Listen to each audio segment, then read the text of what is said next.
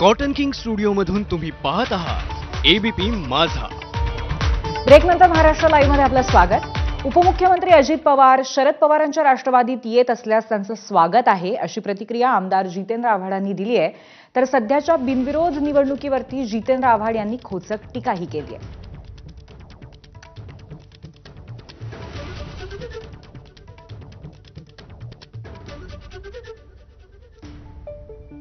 फार चांगलं आहे. महाराष्ट्रात लोकशाही मजबूत होते. आपल्यासमोर काही चॉईसच नाही अशी परिस्थिती निर्माण झाली आहे. कालांतराने आज 68 झाल्यात, कालांतराने 680 होतील. निवडणुका घेऊच नका ना, कशाला घेता निवडणुका? नाहीतरी निवडणूक आयोग हा मोठा जोक आहे, हा ह्या बिनविरोधी येणं हा त्याच्यापेक्षाही मोठा जोक आहे. अंतिम यादी मिळालेली नाहीये, जे अनेक प्रत्येक निवडणुकीमध्ये अंतिम यादी देणं बंधनकारक असतं.